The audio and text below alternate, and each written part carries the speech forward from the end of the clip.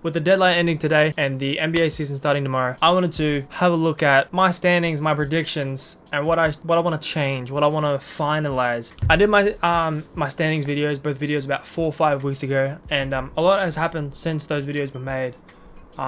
Big trades have happened, big injury news have happened. The preseason has happened. I know you take it with a pinch of salt like I have recently in my Miami Heat videos. But yeah, I just wanted to redo and re-look at my standings for both the East and the Western Conference, both in the same video. Let's get into it. Now first, I want to start with the East, because I feel like I watched a couple other people's videos on what they predict, and just to hear their points and stuff like that. For example, Kenny uploaded a video today, and I didn't really watch much of it, but I saw the bottom area here, right? And I don't think I did enough research about these teams when I first did my Eastern Conference standings, since that was my first video in a while. So I wanted to redo and relook at the East in depth, and the West is a bit easier. But the East, I'm going to start from the top. Boston doesn't change. Boston are still going to be there. They've got no Porzingis, which I think that was known back when I did the video. They've got no Porzingis for a while, which is fine for them. They've got such a good team. They're going to be first regardless. New York is going to stay second. Obviously, there was Randall, but they've added Cat. Why would I drop them? I think they're going to be the second seed anyway. Now, Philly. Nudes have come out of Philly. This is a team I wanted to change around. Because we saw that Embiid will be playing no back-to-backs, which is kind of crazy. I think they have 16 back-to-back games. So that's at least 8 games that they're not going to have Embiid. Yes, they have Paul George there. But Paul George isn't Embiid. So Philly is going to drop for me, if I'm being honest. But before I drop Philly, Milwaukee, they've got news too. They're missing Chris Middleton for the start of the season. Now that's going to hinder both teams. Obviously, Chris Middleton isn't the level of impact as Embiid is, but Chris Middleton is still an impact nonetheless. So what that means for me is Cleveland jump up to the 3rd seed. I feel like Philly will still beat the Bucks, even though they won't have Embiid for at least 8 games. But if he can stay healthy for the rest of the season, that's only 8 games. And those 8 games, they could win them all. We don't know. But I like their chances of winning with Embiid only minimally missing 8 games.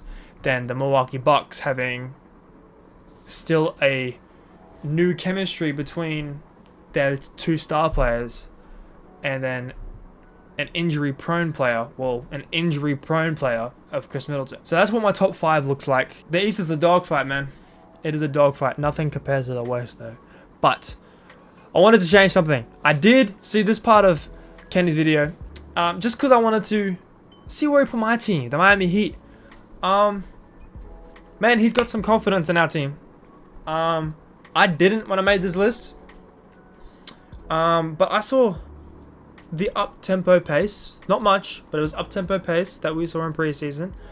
Jimmy Butler played every preseason game, which he didn't play any last season. So Jimmy's locked in. I'm gonna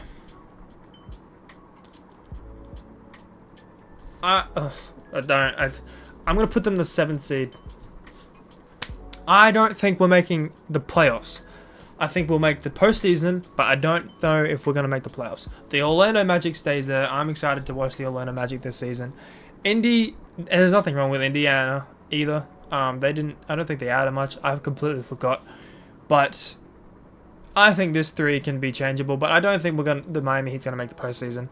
The playoffs, sorry. I think we're going to make postseason. We might make playoffs, but we're not going to end up in the playoffs immediately. I think we're going to be the 7th seed or the 8th seed, but for my sake, my favorite team, I'm going to say we're the 7th seed. Atlanta, Chicago. Atlanta, I'm sorry. I've been watching preseason. Pinch of salt. I understand. Chicago looks fun, but they're going to be crap. They're not going to be a good team. We know this. Lonzo Ball came back, cool, but they want to be down here, right? Chicago is going to drop. Now, just Washington is not finishing here, okay? Atlanta's also going to drop. Washington isn't finishing there. Charlotte Hornets going to be my last seed. Charlotte Hornets are going to be my 9th seed, and Atlanta are going to be my 10th seed.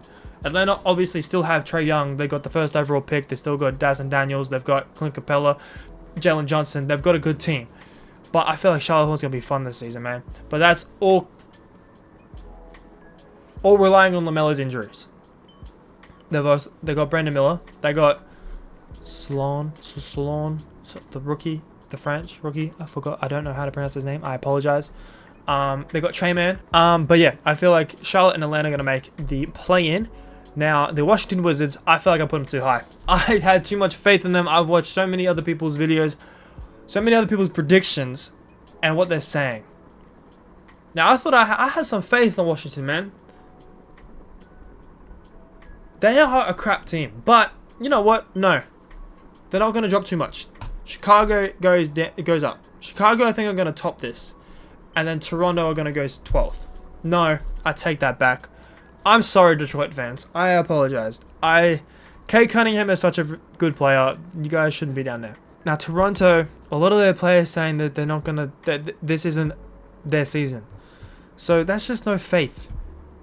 I'm gonna put Chicago 11th, Detroit 12th, Toronto 13th, Washington 14th, and Brooklyn last. Brooklyn Nets, holy shit. Okay, that's all that needs to be said. That's it. I'm not watching that team. Woo, Ben Simmons, woo. I'm not watching it. But yeah, that's my reset of my predictions for the Eastern Conference. Let's move on to the West. Now, this was my Western Conference. Now, there is a couple tweaks. I don't think this one's too much more in depth than the East, just because there wasn't as many big name moves. But again, I have been looking at other people's videos and seeing their points and being like, oh, I forgot about that. Let me think about that team a little bit more. Now, big one is Oklahoma. Even with Hartenstein injured, it's the same thought process with the Celtics. They're still going to top the table. Now, Minnesota is a tricky one. Now, we're talking just regular season. I don't know if I can have them second seed anymore. Just because of how good Cat was for them offensively. Obviously, Julius Randle is still a good player. But we don't know how his injury is going to be. And he doesn't shoot like Cat does. Like Cat, they've got to learn spacing again with him and Rudy. So I'm going to drop the Minnesota Timberwolves. But I'm going to put Denver at the second seed. Denver's had a jump just based on what Dallas has brought to the team. Denver's jump relies on both of the Minnesota and Dallas's new trades, or what I've seen from the preseason as well. Denver has lost KCP. We know this. They've added Brody, but I mean, you have the best player in the world on the team. You have a good chance of winning a championship no matter what. So I'm going to put them in the second seed. I think I overlooked them a lot in that video. Minnesota's going to go third. I think they're still going to be better than Dallas. The reason why Dallas is Klay Thompson. I'm sorry, I've seen the memes, man. They're comparing him to Celtics Shaq. If you know, you know. But I think Dallas is still going to be a good team. I just don't think they don't have enough to get it. They're contenders, but I don't think they're going to get it. I know they were there last season, but OKC is upgraded. Denver obviously has the experience. Minnesota can be a hassle. But yeah, Dallas, 4th seed. Not much to say about them. Phoenix as well. Not much to say about them. They've new coach, new point guard. Not too much to say either. New Orleans. What the fuck was I thinking of putting them there? They don't have a center. They're going to run a 6'7" wing at their center position. I'm sorry. It would suck to be a Pelicans fan right now. Just go get someone. Daniel Tice is not going to be able to run the center for you. So in that mind, the Memphis Grizzlies. Did I overlook you? What was I thinking when I made this Western Conference list? Who allowed me to do this list? Memphis Grizzlies are making the playoffs. New Orleans, you're not done yet. Sacramento go up. De'Aaron Fox, DeMar DeRozan, Sabonis. Like, that's all that needs to be said. They have a good team. It's better than the Pelicans. The reason why the Pelicans are dropping is because they've got so much of the same thing. Brandon Ingram, Herb Jones, Trey Murphy. They're like the three great wings. Zion, another big man. Like, they've got so much. They've got great talent, but just all in the same type of positions. They have no center. Man, I think they're still going to be better than the Lakers just because of what they've got on their team.